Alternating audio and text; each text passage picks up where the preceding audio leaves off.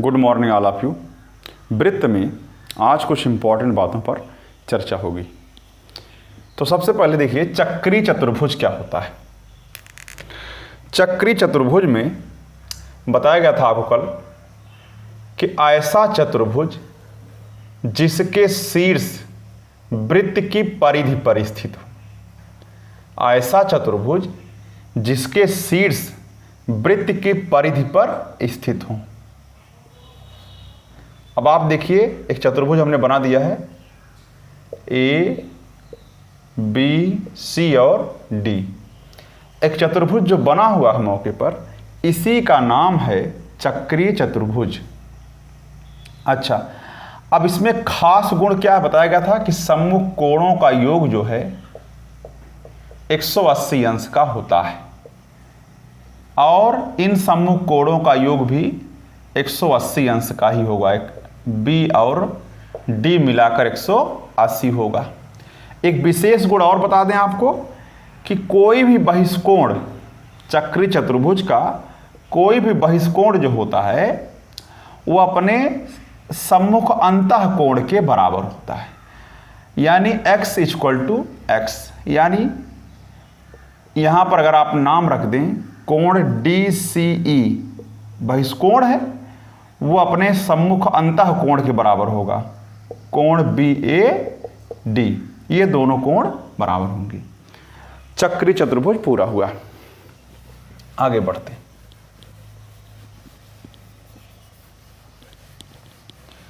अगला है छेदक रेखा। छेदक रेखा क्या होती है? छेदक रेखा, छेदक रेखा क्या होती है? वृत्त को दो बिंदुओं पर काटने वाली जो रेखा होती है उसे छेदक रेखा कहते हैं। एक रेखा AB है जो वृत्त को C और D दो बिंदुओं पर काट रही है, तो यह छेदक रेखा है। ध्यान रखिए, जब वृत्त को दो बिंदुओं पर रेखा काटेगी तो उसका नाम छेदक रेखा होगा। लेकिन अगर कोई रेखा वृत्त को एक बिंदु पर काट रही है तो उसे हम लोग वेरी इंपॉर्टेंट स्पर्श रेखा कहते हैं। स्पर्श रेखा, टेंजेंट, स्पर्श रेखा। जरा ध्यान दीजिएगा, एक वृत्त है और एक रेखा है OA और OB। ध्यान दीजिए, ये केंद्र है। अगर हम इसको P रख देते हैं तो केंद्र का नाम O हो जाएगा। ध्यान रखिए, स्पर्श रेखा क्या है? कहां पर स्पर्श कर रही है? वृत्त को रेखा PA T बिंदु पर स्पर्श कर रही है, यानी एक बिंदु पर स्पर्श कर रही है। जब कोई रेखा किसी वृत्त को एक बिंदु पर काटती है,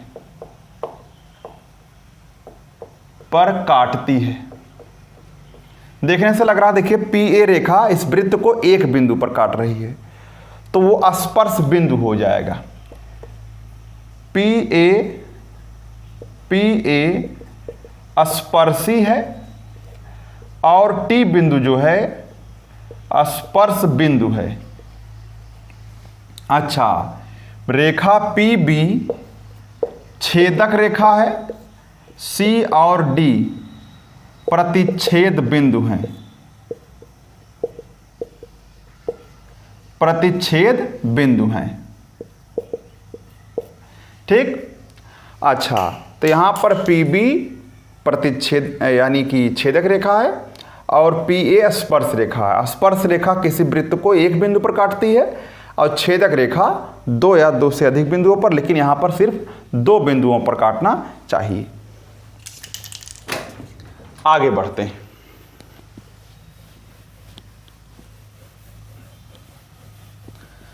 अगला है, वेरी इंपॉर्टेंट है, एकांतर वृत्तखंड। वेरी इंपॉर्टेंट है।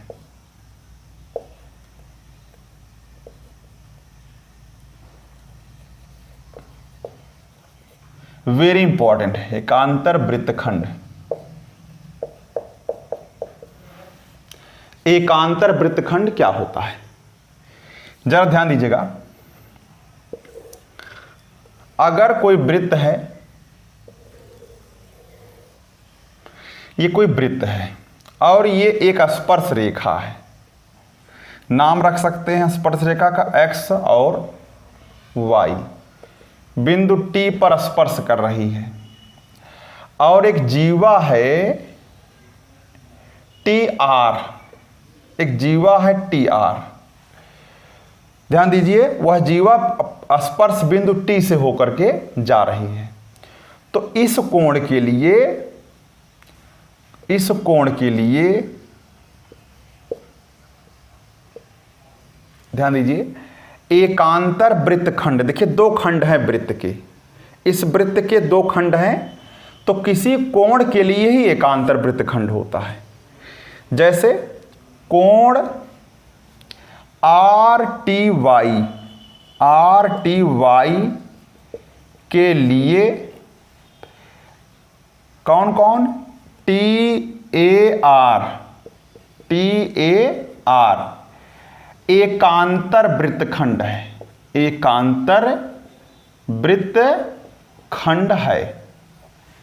ध्यान दीजिए, इस कोण के लिए ये वाला वृत्तखंड जो होगा वो एकांतर वृत्तखंड होगा।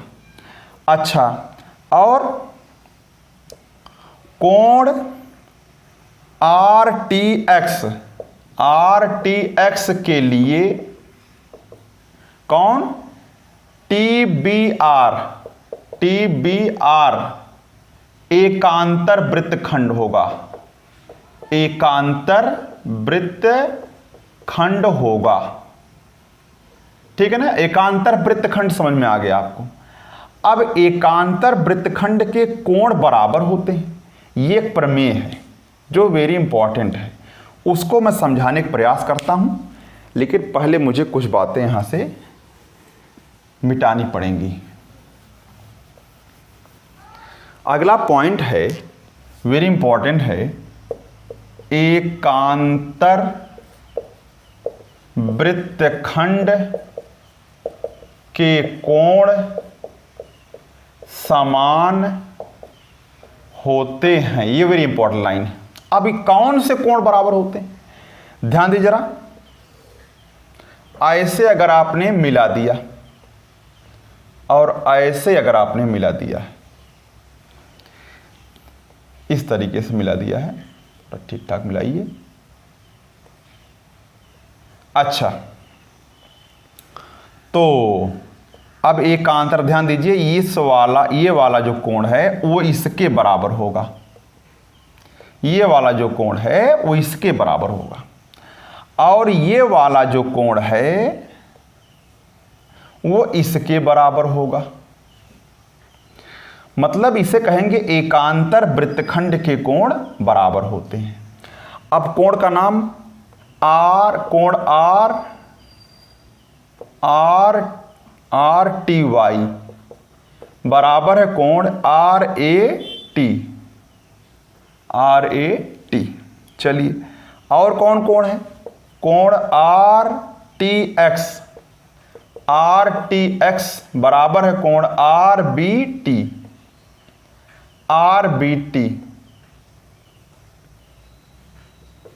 ये दोनों कोण बराबर होंगे। इस तरीके से एकांतर कोण, अगर बताइए ये 50 अंश का है तो ये भी बिना कहे 50 अंश का, अगर ये 130 अंश का है तो ये भी 130 अंश का हो जाएगा। इस तरीके से आप समझ सकते हैं एग्जाम में